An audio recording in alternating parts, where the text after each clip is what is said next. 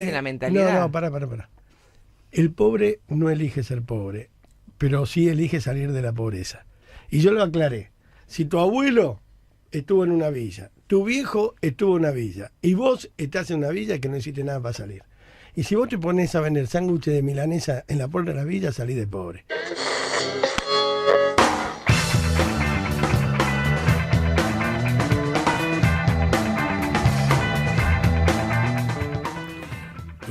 Babi, un amigo de los marginados, ¿no?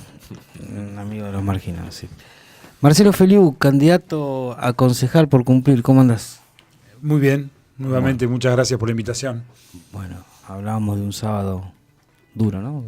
Está feo. Un sábado para mate, familia, lectura, series Y entretener a los chicos. y entretener a los chicos, sí. ¿Tenés un hijo? Un hijo bautista, 8 años. 8 Ahora, cuando salga acá de la nota, lo voy a buscar, que se quedó con la abuela ayer. Así que lo voy a buscar y nos vamos a comer en familia. Bueno, y tenés preparado algo para entretener la tarde, seguro. Sí. algo jugaremos. Marcelo, ¿qué es lo que más te preocupa de la ciudad hoy? Mirando que casi seguro vas a ser concejal, vas a entrar al consejo. ¿Y qué es lo que más te preocupa hoy que haya que solucionar urgente? Creo que lo más importante de lo que yo creo que además de controlar como misión fundamental en el Consejo Deliberante para aquellos que estamos en un espacio político distinto al oficialismo, es la de aportar. Y uno de los principales aportes que creo que estoy convencido que hay que hacer es que tengamos una visión integral de la ciudad y que esa visión integral tenga una mirada preferencial por lo menos 100.000 personas que están por debajo del nivel de pobreza. Yo ayer asistí de muy buen grado creo, a un diagnóstico de perspectiva positiva en relación a las inversiones que van a venir a Bahía Blanca, de las que creo, por supuesto, que Bahía Blanca está como poco, lo vengo diciendo hace mucho tiempo, tal vez sea una de las ciudades que vaya a recibir mayor cantidad de inversión industrial, pública y privada del país. Pero para eso también tiene que haber una mirada de cuál es el rol del Estado ante esa inversión, que la tiene que propiciar, pero dentro de una mirada integral, de ver también el Estado, cómo hacemos para que tengamos una fotografía de toda la ciudad y no de una parte que seguramente tendrá muchas posibilidades de ser próspera, pero quienes tenemos una responsabilidad pública tenemos que velar porque esa prosperidad derrame.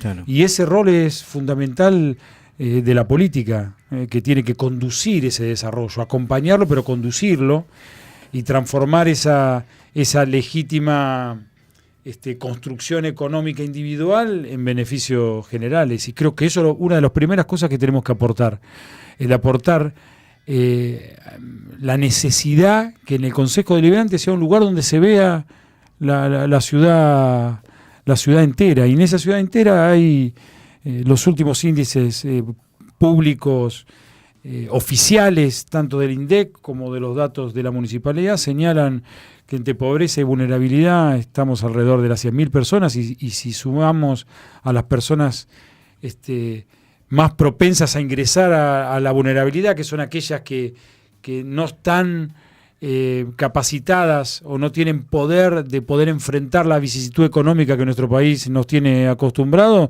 estamos hablando casi de 1/3 de la población de Bahía Blanca. Creo que el primer aporte tiene que ser eso, tener presente eso, y que el Estado lo que tiene que hacer es no solo tenerlo presente, sino actuar en consecuencia para que si hay prosperidad económica llegue a todos. Digamos, es bienvenidas las inversiones, pero ¿qué me vas a dar? ¿No? O, ¿qué me vas a dar a la ciudad? ¿Qué me vas a dar a la gente también? Es eso un poco. Las ciudades que digamos que más han prosperado en todo punto de vista son aquellas, obviamente, que tienen una mirada de hacer sociedades más equitativas. Siempre me preguntan a mí, bueno, el problema de la inseguridad es el más importante. Es el más importante en en la sensibilidad de la gente, de todos nosotros, porque a nadie le gusta vivir una ciudad con miedo. Y a veces podemos caer en el facilismo de decir que la inseguridad se combate con más cámaras, con alertas, con patrulleros, con equipamiento, que por supuesto es necesario. Pero es imprescindible aprender de aquellos que lograron que una ciudad sea menos violenta. Una ciudad menos violenta es una ciudad donde hay mayor igualdad, mayor equidad. Bahía Blanca puede plantearse el desafío de corto y mediano plazo de que efectivamente sea más igualitaria, porque como muy pocas ciudades del país, tal vez entre las primeras del país, tiene la posibilidad de recibir inversión genuina que genere trabajo, que genere posibilidades de erradicación, que genere mayor recaudación, pero esa mayor recaudación tiene que estar destinada a ese destino de lograr una ciudad más equitativa. Si logramos esa ciudad más equitativa, vamos también a atacar a tal vez el problema que más nos sensibiliza, que es la inseguridad, porque sí, esto pasa... porque las ciudades que han mejorado eso son aquellos que han apuntado primero a tener un diagnóstico y una mirada integral, que todos los bahienses seamos conscientes de la ciudad en la que vivimos, no ser conscientes de la parte de la ciudad que nos toca. Ahora, ¿quién tiene que dar ese rol de mostrar el total de la ciudad para tener conscientes todos los sectores? Esa es la política. Porque la política es la que tiene la responsabilidad de mostrar eso. El sector privado tiene la legítima vocación de maximizar sus ganancias y nadie lo puede criticar. Para eso está, es necesario, es generador de trabajo, es generador de progreso, pero está dentro de una ciudad y la política lo que tiene que hacer es hacer visible que la ciudad es más completa y que el desarrollo tiene que ser integral. Una persona a la que violentás todos los días te va a dar una respuesta violenta. Y una persona a la que vos violentás todos los días es que viva en una calle de tierra, que no tenga cloacas, que no tenga un servicio de transporte bueno. La estás violentando todos los días. Esa persona obviamente te va a responder violentamente. Pero es exactamente como vos lo decís. Por eso cuando uno habla de obra pública, por ejemplo, no está hablando solamente de que una calle tenga más asfalto o que haya un cordón cuneta o que haya un semáforo. La obra pública tiene que ver también con recrear condiciones lo más inclusivas e igualitarias en sectores que hoy están marginados en la ciudad. Bahía Blanca tiene una franja de vulnerabilidad muy importante de la que la obra pública podría ser un sustancial mejoramiento de esa calidad de vida y como vos bien decís, no se violenta una sociedad que se siente distinta de otra parte de la ciudad que es próspera en términos económicos. Si el Estado no tiene esa mirada, yo siempre pongo como ejemplo ciudades muy violentas, por supuesto con los reparos de cualquier proporcionalidad. Medellín era una ciudad de las ciudades más violentas del mundo, de las más violentas del mundo. Y llegaron a la conclusión que haber bajado sustancialmente el nivel de violencia no tenía que ver con mayor represión, con mayor mirada, digamos, policial del tema. Si bien, vuelvo a insistir, es necesario. Pero la causa profunda de esa violencia tenía que ver con la desigualdad. Cuando empezaron a tener políticas públicas en los sectores sociales con mayor marginación, empezaron a bajar sustancialmente los niveles de violencia y hoy es una de las ciudades ejemplos en el mundo de cómo se combate el problema más importante de la inseguridad, que tiene que ver con generar sociedades más igualitarias. Bahía Blanca está en condiciones de dar ese debate, está absolutamente en condiciones de dar ese debate. ¿Por qué? Porque si todo se concreta, Bahía Blanca va a ser punto de encuentro de un nivel de inversiones que lo va a poner en un sitial de privilegio. Mira, hay un documental dando vueltas sobre educación de Finlandia y decían todas las escuelas son iguales y desde ahí ya empieza, ¿no? Porque las escuelas en Bahía Blanca, en cualquier ciudad grande del país, las escuelas de la periferia son distintas a las escuelas de otros lugares. Y entonces ahí ya empieza la desigualdad en la educación. La escuela de la periferia le falta más tiza, le falta más pizarrones, le falta... Entonces ahí ya empieza la desigualdad. Y en Finlandia, que es una sociedad más equitativa y más igualitaria, ya en la educación empieza a ser igual cualquier escuela de cualquier lugar de la ciudad. El mismo ejemplo que está diciendo vos pasó y sigue pasando en Medellín. Los centros culturales barriales de Medellín, como ahora el gran desafío que tienen los centros tecnológicos de Medellín, son absolutamente iguales, cualquiera sea el lugar en donde esté situado. Por lo tanto, ese chico que va de un barrio con dificultades, va al mismo centro cultural que va a un chico de un lugar pudiente. Ahí empieza a generarse la conciencia o las condiciones para no tener una sociedad violenta. Yo creo que Bahía Blanca está en las mejores condiciones de empezar a debatir eso. Y unos lugares donde hay que empezar a debatirlo juntos, ¿sí? Buscando puntos de encuentro, de acuerdos mínimos, es el Consejo Deliberante. ¿Quiénes crees que van a ser tus aliados en el Consejo Deliberante fuera de los concejales de tu partido? Bueno, yo espero que sean varios, ¿no? Y no descarto tampoco el oficialismo, porque estas cosas nos tendría que poner a todos en coincidencia. Me parece, obviamente, independientemente de este deseo, la realidad tiene más que ver con aquellos que han expresado o expresan una visión distinta sobre el modelo oficialista, digamos, ¿no? Así que yo estoy, muy esperanzado, soy optimista de que podamos tener un bloque importante que pueda expresar y poner sobre las prioridades que hay que colocar a partir de diciembre a un número muy importante de concejales. Marcelo, cuando hay un caso de violencia, un asesinato, un caso de inseguridad grave, en las redes sociales vemos comentarios durísimos, hay que matarlos a todos, en vez de llevarlos a la cárcel, ¿no? ¿Qué te pasa a vos cuando lees esto? ¿Qué te genera esos comentarios de la gente tan violentos, tan, digamos, duros contra, si bien obviamente yo puedo entender ese comentario de parte de un familiar, de parte de alguien afectado, pero cuando la sociedad genera estos comentarios sobre personas que han cometido un delito, ¿a vos qué te genera eso? Y me genera, digamos, que es un botón de muestra de una sociedad muy propensa a la reacción desproporcionada, digamos, ¿no? Pero en realidad tampoco hago responsable a quien lo opina, sino a una sociedad que va avanzando, pareciera, hacia a que esa es la reacción deseable para que reaccionen quien tiene que reaccionar y plantear que la solución ante eso es más violencia, digamos, ¿no? Eso también es responsabilidad de los que tenemos digamos, el honor de tener una representación popular, de tratar de expresar que ese no es el camino, pero no por una cuestión, si se quiere, meramente ideológica, sino porque los lugares donde se ha bajado estas situaciones que generan estas reacciones violentas no se resuelve con más violencia. En realidad,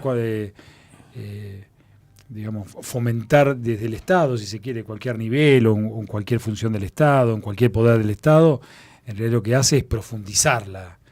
Por eso siempre digo que a veces escucho a distintos sectores, inclusive los políticos, que por un voto se dice cualquier cosa, sabiendo de que eso no es la solución. Bueno, yo no estoy, o intento no estar en ese equipo.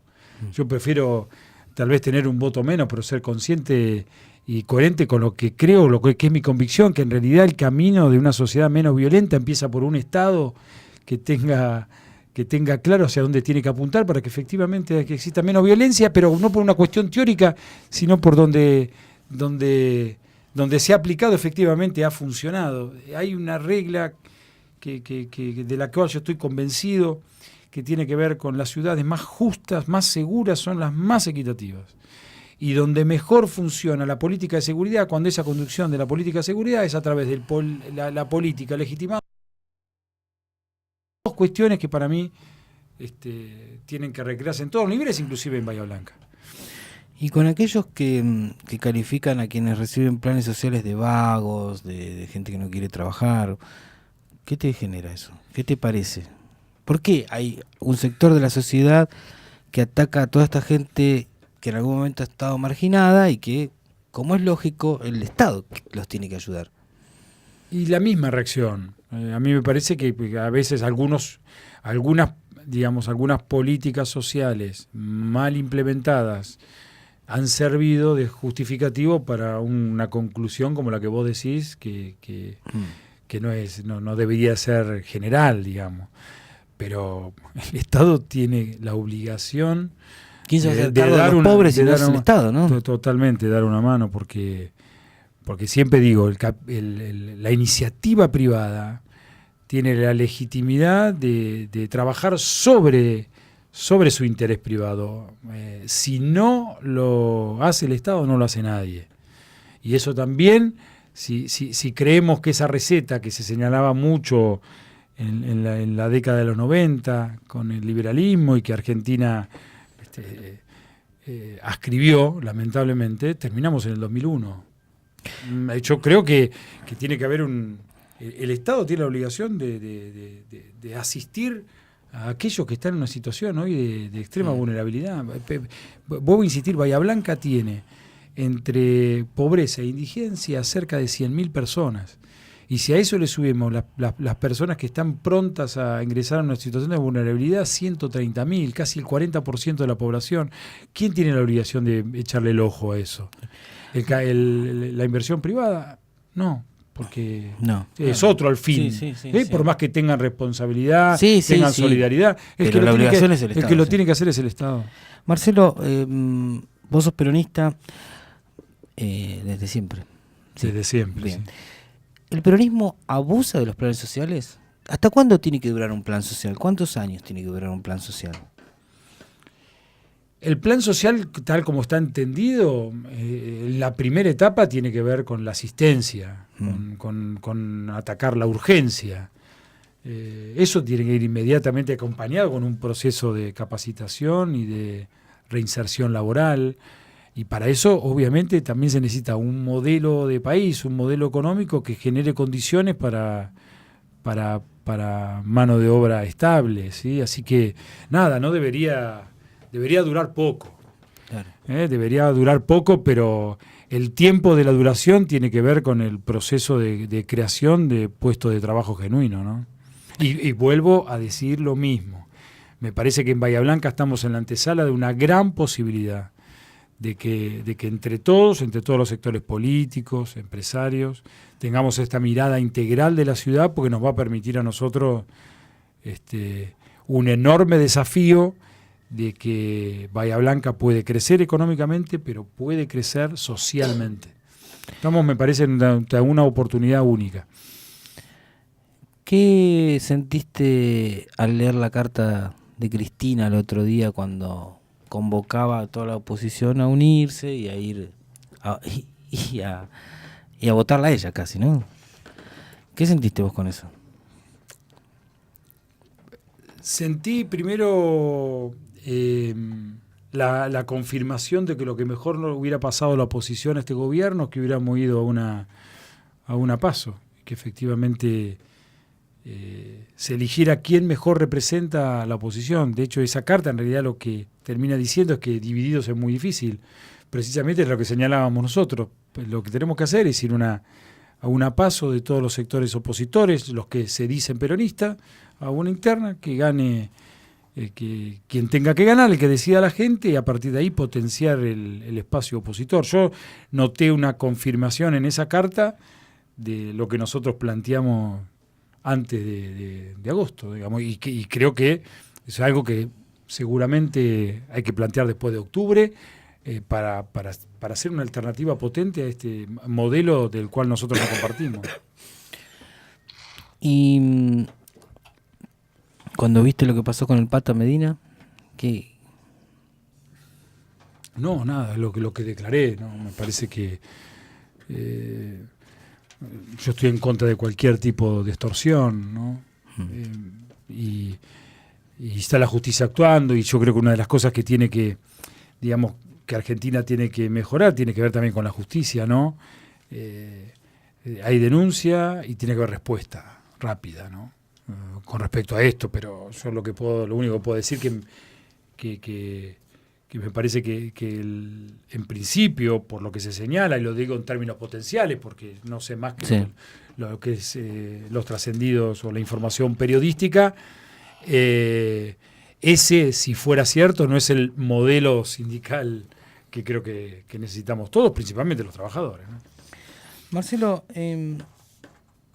¿qué te parece que habría que hacer con la salud de Bahía Blanca? ¿Hay algo que vos tengas pensado en ese sentido? Y en el mismo sentido que la otra pregunta. Me parece que Bahía Blanca tiene efectores públicos y privados en cantidad sustancialmente más que ciudades de la misma envergadura que Bahía.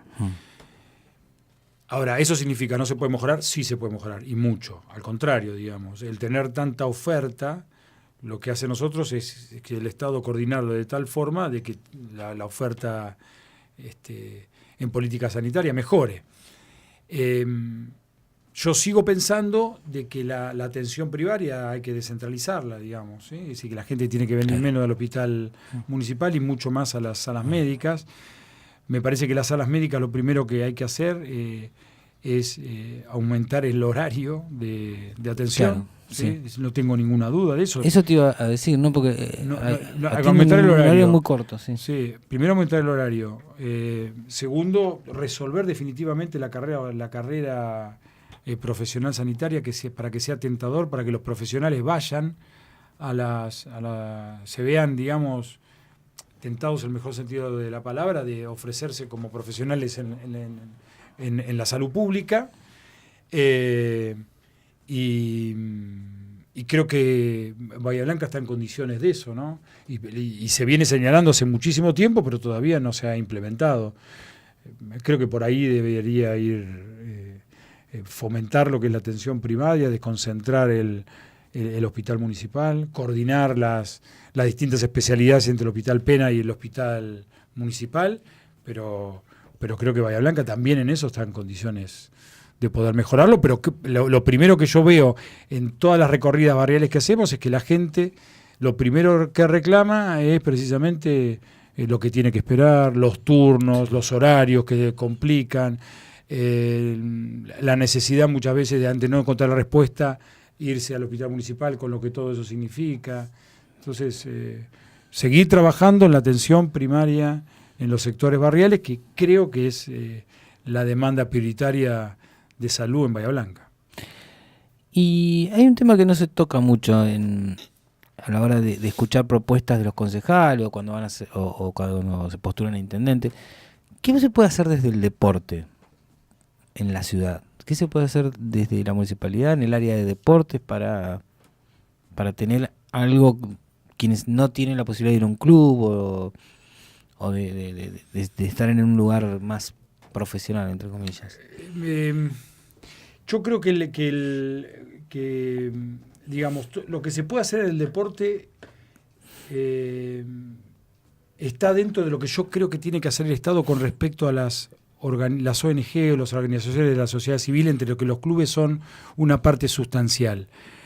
¿Por qué? Porque los clubes y algunas ONG muy importantes de alguna forma han ocupado el lugar que el Estado ha dejado. Exactamente. ¿Sí? Y lo han hecho con la premisa fundamental de primero de hacerlo con una vocación social inobjetable y digamos, y sin ninguna pretensión más que cumplir con ese objeto social. Por eso creo que el Estado lo que tiene que hacer es ayudar a ellos que ayudan. Uno de esos son los clubes, sin duda que son los clubes. ¿Qué se tiene que hacer con los clubes? Primero, ayudarlos a lo que muchas veces los clubes no pueden hacer precisamente porque están ocupados a su objeto social. La municipalidad tiene que ayudarlos a lo que es la configuración de su persona jurídica, ayudarlos para la diagramación de ampliación de sus instalaciones. Principalmente estoy hablando de clubes barriales, ¿no?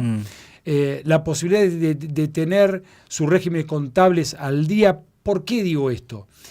Porque si nosotros los ayudamos a ellos en eso, ellos pueden ingresar a programas provinciales y nacionales que los asisten, ¿sí? Y que son importantes, pero que lamentablemente muchas veces no lo pueden hacer porque no tienen personalidad jurídica, porque están atrasados los impuestos. Porque están atrasados los impuestos, porque si van a un contador les cobra, si van a un escribano les cobra, legítimamente les cobra, no lo pueden hacer. El otro día en en un club muy importante de Noroeste, muy importante de Noroeste, nos decía que ellos no podían, ya tenían una disminución del cobro de la cuota, hablando de cuota muy ínfima de la escuela de fútbol, pero la tenían que aumentar porque para poder recibir el subsidio para el servicio público de pagar creo que era la luz, que había crecido exorbitantemente lo que tenían que pagar, tenían que dejar de pagarle al contador para presentar en persona jurídica no sé qué balance, y que eso les imposibilitaba poder recibir un subsidio.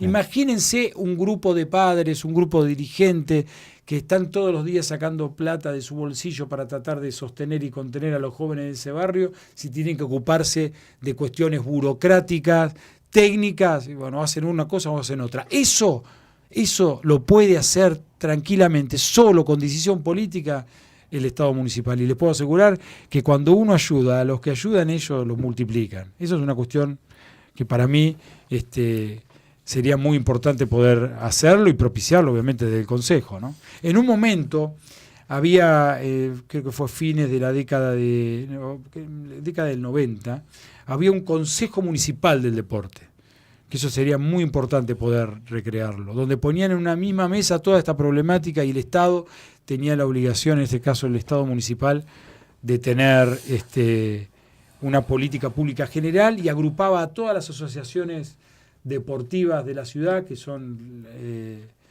excelentes en nuestra ciudad, y había una política deportiva común, y yo digo con sentido social, no solamente competitivo, ¿no?, sino con sentido social. Uno de los que está en ese tema es el anterior conductor de Decime la Verdad, Maxi, con su club Mundial Fútbol Club en un sector difícil como es el barrio noroeste. Eso es un ejemplo. Y Mundial Fútbol Club ha logrado integrar a chicos que estaban en la calle a una actividad deportiva. Es un muy buen trabajo que hacen ahí Maxi, Andrés Rebollal y otros chicos. Ese es un ejemplo emblemático. Como esos hay muchos en Bahía, pero ese es un gran ejemplo. Uno cuando ve cómo arrancaron, con la utopía que arrancaron y lo que han logrado, precisamente lo que vos decís, ¿no? Cientos de chicos que si no estuvieran ahí, seguramente serían parte de un embrión de una sociedad futura violenta. Es muy Marcelo, probable. Te tiramos un compromiso. Necesitamos algunos litros de pintura para el comedor de ancianos La Providencia de calle Juncal en Villa Rosario. ¿Se podrá hacer algo? Sí, por supuesto. Bueno, después Marcelo te pasa el teléfono. Va a ser un gusto. Y como siempre, en Decime la Verdad, hacemos la pregunta de Decime la Verdad. Marcelo Feliu, candidato a concejal por cumplir. Decime la verdad, dentro de 2 años, ¿vas a abandonar la concejalía para tirarte a intendente? Yo nunca voy a esconder mi vocación de ser intendente de la ciudad. Habrá que ver las circunstancias de ese momento. Si las condiciones están dadas, no dudaría de nuevamente poner en consideración de los bahienses la posibilidad de ser intendente, sin duda, pero como dice Mostaza, paso a paso. Lo mejor que puedo hacer es tratar de hacer de la mejor forma mi rol de concejal, tal como lo estoy proponiendo, y dentro de 2 años la vocación va a estar intacta. Tiene que ser acompañada por las circunstancias. Muchas veces la política y los resultados electorales primero tienen que ver con las circunstancias y después con los candidatos, ¿sí? Y a mí siempre me han tocado circunstancias complejas. Marcelo, gracias por pasar por Decirme la Verdad nuevamente, y bueno, después de octubre veremos, cuando ya seas concejal, de venir a charlar otra vez. Cómo no, va a ser un gusto y siempre para mí es un placer estar acá. Marcelo.